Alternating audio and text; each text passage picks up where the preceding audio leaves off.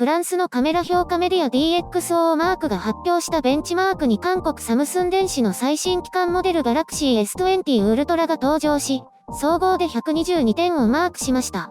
Apple の iPhone 11 Pro Max の117点を大きく超えてその実力を見せつけましたが、残念ながら総合順位では6位タイとなりました。Galaxy S20 のカメラ性能を上回ったのはいずれも中国メーカーの製品で、首位はファーウェイの最新機種 P40 Pro の128点となりました。2位にはオーナーの30 Pro Plus で得点は125点。3位には Oppo の Find X2 Pro と、Xiaomi のMi 10 Pro で124点。5位はファーウェイの Mate 30 Pro 5G で123点。6位タイに並んだのはオーナーの V30 Pro でした。サムスン電子は自社開発したセンサーの最新モデルを搭載しましたが、1世代前のセンサーを搭載した Xiaomi のMi 10 Pro よりも下位に位置してしまいました。ちなみに首位となったファーウェイの P40 Pro はソニーのセンサーが採用されています。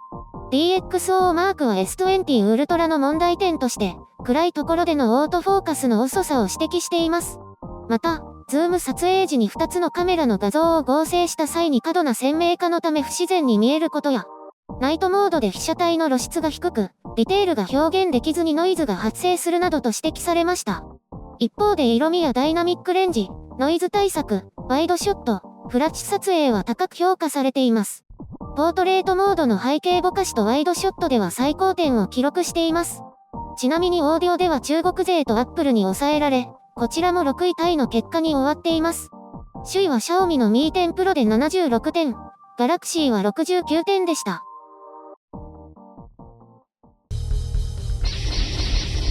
編集所管。2016年、サムスン電子はデジタルイメージング部門を無線通信部門に統合。要するに一眼レフカメラやミラーレスカメラから撤退し、モバイルカメラに全てを注力することを決定しました。一眼レフやミラーレスカメラは日本の競合がひしめいていて、とてもではないけどトップを狙えそうにもない。そしてこれからはスマートフォンカメラが主流になることを見込んでのことと思います。どうやら間違いではなかったようですね。モバイル部門でも長年ソニーのセンサーに押されてきましたが、昨年自社開発のイメージセンサー、ISOCELL Bright HMX を完成させて構成をかけます。これは1億800万画素の薄型センサーで、これまで6000万画素が主流だった分野に衝撃を与えたわけです。中国のスマートフォンメーカーシャオミと協力したので、シャオミのMi 10 Pro に早速搭載されました。ソニーは Xperia 1 Mark II のうちの2つのカメラにサムスンの ISOCELL Slim を採用するなど、サムスンのセンサーに競争力があることを証明していますね。ソニーが自社製品を採用しなかったのはコストの問題だったとか。サムスン電子は2月に新世代のイメージセンサー、ISOCELL Bright MH1 を発表してこれを最新機種 Galaxy S20 ウルトラに搭載するわけです。で、結果はフランスメディアが報じた通り、一番イメージセンサーを熟知し、最新製品を使っているサムスンがまさかの6位タイ。4位の Xiaomi Mi 10 Pro はサムスンの第1世代の ISOCELL Brightを使っているわけですが、画像処理技術がサムスンを上回っているということですね。最近の画像処理は AI で行われているわけですが、イメージセンサーの実力差を覆しているということです。1位から10位を見ても、それ以外の全ての機種がソニーのイメージセンサーを使っているわけで、単純に画素数だけの勝負ではないということがわかります。サムスンはまずは2億画素。当面の目標は6億画素としていますが、これは100倍ズームの鮮明化するためでしょうかね。結局画素数を上げてシャープネスを強化しても、かえって不自然と判断されて不本意だったと思われます。もはや人間の目がついていきませんので、デジタルズーム以外に画素数をこれ以上上げる必要はないと思いますね。専門的な見方をすれば他の狙いがあるのかもしれないですが、自社製品を使いながら良い評価を得られていないのはソニーのエクスペリアも同じなんですけどね。ソニーも研究開発に力を入れ、さらには長崎に工場を建てるとしていますから、モバイル部門のイメージセンサーでは2社が争っていくこととなるのでしょう。ソニーは 2x2 オンチップレンズソリューションという新しいメカニズムでサムスンの追撃を受けて立つようです。ソニーは瞳オートフォーカスというこれまた強力な機能もありますし、一眼の方もありますからセンサー部門では一歩も譲るつもりはないのでしょう。サムスンも DRAM の一部ラインをイメージセンサーに置き換えるなどしてシェア拡大を図るようです。順位の話に戻りますと、今のところはソニーのセンサー技術とファーウェイや OPPO のソフトウェア技術がサムスンとシャオミを上回っているというところでしょうか。差は大きくないですが、まだあるということで、これからの動向に注目ですね。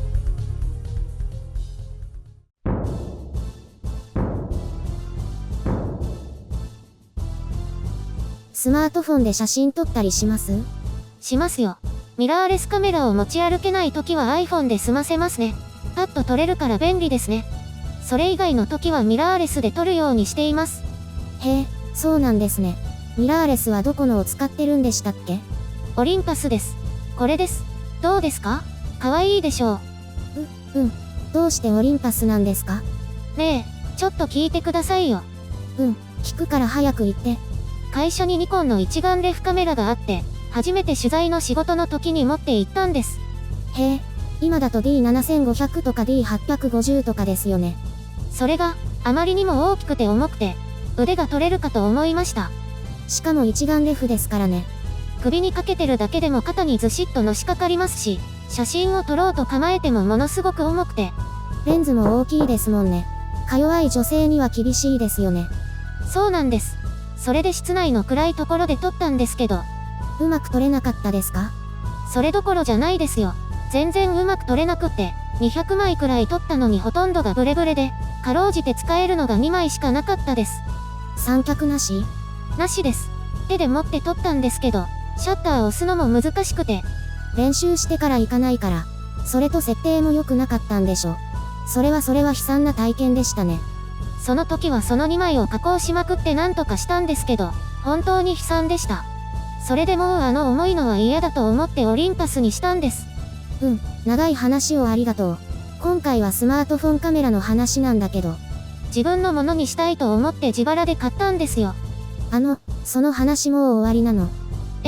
そうなんですか？これからがいいところなのに、広角レンズも買ったんですよ。iPhone のカメラはどうですか？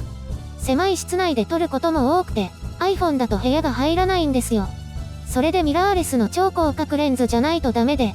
それ以外はスマートフォンでもいいんじゃないですか？そうですね。でもやっぱり暗いところはナイトモードでもいまいちですかね。やはりレンズの大きさの差が出ますよね。デジタル処理にも限界がありますし。明るい部屋とかはスマートフォンでも問題ないですね。あと動画を撮るのもスマートフォンはスタビライザーを使えば綺麗に撮れます。中国製の。まだ壊れてないからいいんです。画質的にはどうなの？あんまり差はないと思いますけど、スマートフォンは勝手に色をつけたりしてるので、思ったより荒れていることが多いですね。その AI 処理をどんどん改善しているみたいなんですけどね。多分自分でシャープとか明るさ調整とかはした方がいいのかなと思います。前からそんなにオタクだったっけ？勉強したんですよ。ちょっとは。そうですね。構成上こういうやりとりですけど全部私が教えましたからね。それは言わないでくださいよ。せっかく私がかっこよく輝いてるのに。ごめん、そろそろオチにしようと思って。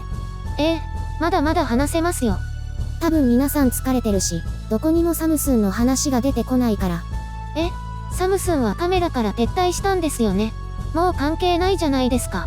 だからモバイルカメラはまだやってるってば。そうですか。そうですかじゃないってば。だってどうせ誰も持ってないですよ。日本では。同僚が唯一持ってました。いや、持ってないとかじゃなくて、これから他のメーカーも採用するかもだし。中国メーカーだけですよね。LG も。仲間内だけじゃないですか。それでもきっと脅威にはなりますよ。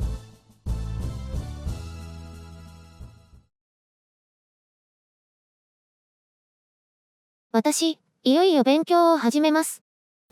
小さな一歩ですね。でも始めましたじゃないんだ。